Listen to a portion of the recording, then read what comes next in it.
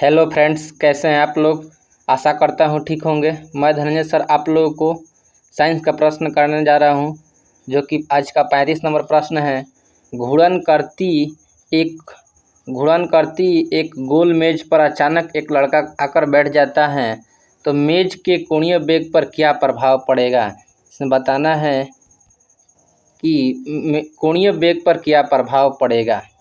घूर्णन करती एक गोल मेज पर अचानक एक लड़का आकर बैठ जाता है, मेज के कोणीय वेग पर क्या प्रभाव पड़ेगा। जिसमें ए है कम हो जाएगा, बी है बढ़ जाएगा, सी है उतना ही रहेगा, कि डी है कुछ नहीं कहा जा सकता है। बताना है कौन सा ऑप्शन सही होगा। जिसमें आपका आंसर हो जाएगा कम हो जाएगा। यानी घूर्णन करती एक गोल मेज पर अचानक एक लड़का आकर बैठ जाता है, तो मेज का कोणीय वेग पर प्रभाव क्या होगा, तो कम हो जाएगा। कोणीय वेग कम हो जाएगा। अगला प्रश्न है, यदि किसी चलती हुई वस्तु के वेग को दुगुना कर दिया जाता है, यदि किसी चलती हुई वस्तु के वेग को दुगुना कर दिया जाए तो क्या प्रभाव पड़ेगा। बताना है इसमें से कौन सा ऑप्शन सही होगा। इसमें आपका आंसर हो जाएगा सी नंबर, गतिज ऊर्जा 4 गुनी हो जाती है। यदि किसी वस्तु का वेग को दुगुना कर दिया जाए तो उसकी गतिज ऊर्जा 4 गुनी हो जाती है। अगला प्रश्न है,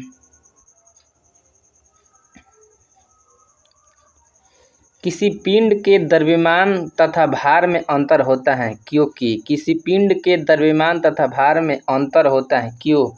बताना है इसमें से कौन सा ऑप्शन सही होगा। किसी पिंड के द्रव्यमान तथा भार के में अंतर होता है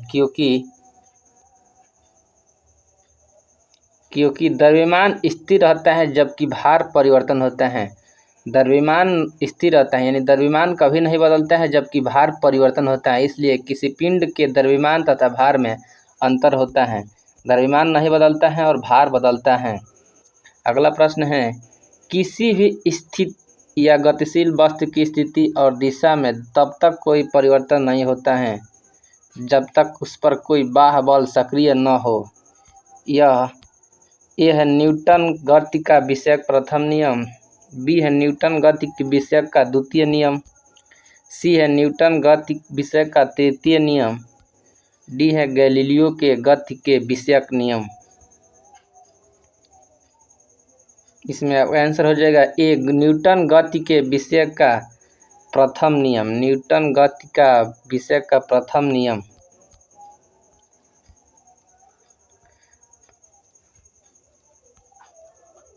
अगला प्रश्न है, किसी असंतुलित बल द्वारा किसी पिंड में उत्पन्न त्वरण पर क्या प्रभाव पड़ता है। किसी असंतुलित बल द्वारा किसी पिंड में उत्पन्न त्वरण पर क्या प्रभाव पड़ता है।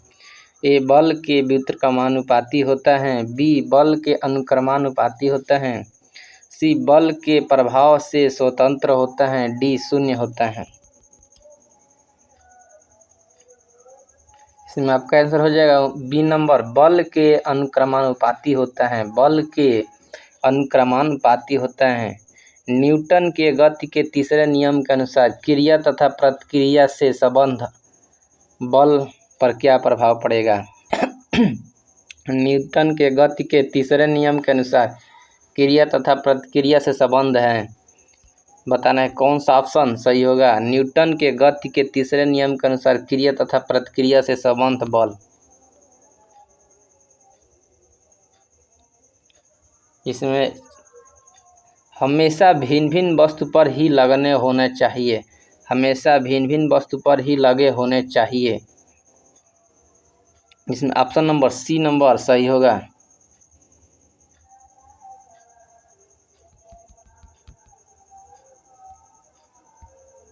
अगला प्रश्न है, प्रत्येक क्रिया के बराबर विपरीत दिशा में एक प्रतिक्रिया होता है। यह न्यूटन के कौन सा नियम है। प्रत्येक क्रिया के बराबर वो विपरीत दिशा में एक प्रतिक्रिया होता है। बताना है कौन सा ऑप्शन सही होगा। जिसमें आपका आंसर हो जाएगा सी नंबर, न्यूटन के गति विषयक का तृतीय नियम। प्रत्येक क्रिया के बराबर विपरीत दिशा में एक प्रतिक्रिया होता है। यह न्यूटन के गति का विषयक के तृतीय नियम है। जल में तैरना न्यूटन के गति किस नियम के कारण संभव है? जल में तैरना न्यूटन के गति के किस नियम के कारण संभव है?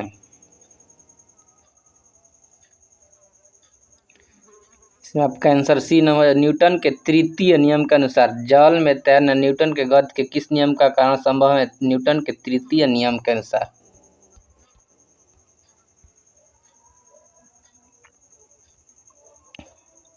कोई पिंड तब तक विराम अवस्था में ही बना रहेगा जब तक उस पर कोई बाह्य बल कार्य नहीं करता है। यह कथन किसका है? कोई पिंड जब तक विराम अवस्था में ही बना रहेगा जब तक उस पर कोई बाह्य बल कार्य नहीं करता है। यह कथन किसका है?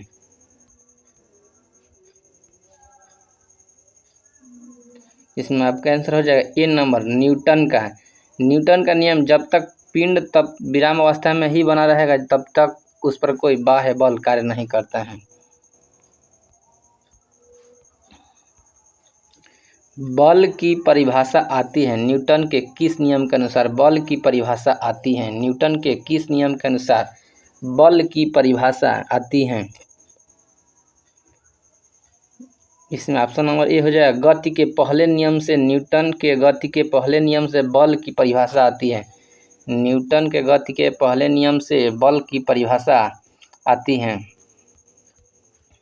किसी पिंड के उस गुणधर्म को क्या कहते हैं जिससे वह सीधी रेखा में विराम या एक समान गति स्थिति में किसी परिवर्तन का विरोध करती हैं?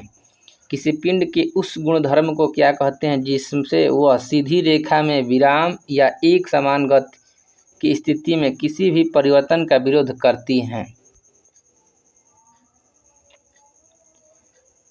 जड़त्व कहलाता है, जड़त्व कहते हैं। अगला प्रश्न है,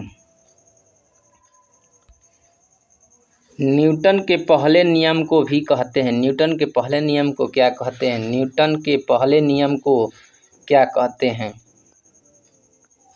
न्यूटन के पहले नियम को जड़त्व का नियम कहते हैं। न्यूटन के पहले नियम को जड़त्व का नियम कहते हैं। अगला प्रश्न है, गाड़ी खींचता हुआ घोड़ा किस बल के कारण आगे बढ़ता है? गाड़ी खींचता हुआ घोड़ा किस बल के कारण आगे बढ़ता है?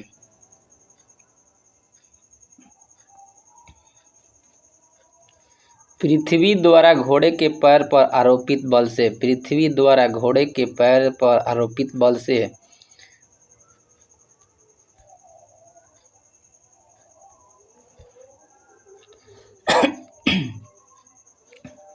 चलती हुई बस जब अचानक ब्रेक लगती हैं, चलती हुई बस में जब अचानक ब्रेक लगती हैं तो उसमें बैठे हुए यात्री आगे की ओर दिशा में गिरते हैं। इसको किसके द्वारा समझाया जा सकता है? बताना है कौन सा ऑप्शन सही है। न्यूटन का पहला नियम। न्यूटन का पहला नियम के अनुसार चलती हुई बस में जब अचानक ब्रेक लगती है तो उसमें बैठे हुए यात्री आगे की ओर दिशा में गिरते हैं। न्यूटन के पहला नियम को समझाया जा सकता है। रॉकेट किस सिद्धांत पर कार्य करता है? रॉकेट किस सिद्धांत पर कार्य करता है? न्यूटन का तृतीय नियम के अनुसार रॉकेट किस सिद्धांत पर कार्य करता है? न्यूटन के तृतीय नियम के अनुसार रॉकेट कार्य करता है।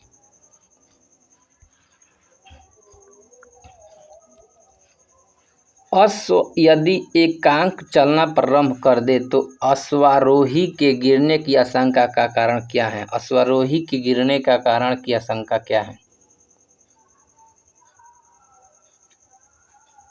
विश्राम जड़त्व। विश्राम जड़त्व। विश्राम जड़त्व। क्रिकेट का खिलाड़ी तेजी से आती हुई बॉल को क्यों अपने हाथ को पीछे खींचकर पकड़ता है? क्रिकेट का खिलाड़ी तेजी से आती हुई बॉल को क्यों अपने हाथ को पीछे खींचकर पकड़ता है? जिसमें आपका आंसर हो जाएगा ए नंबर, बॉल विश्राम की स्थिति में आ सकती है। बॉल विश्राम की स्थिति में आ सकती हैं।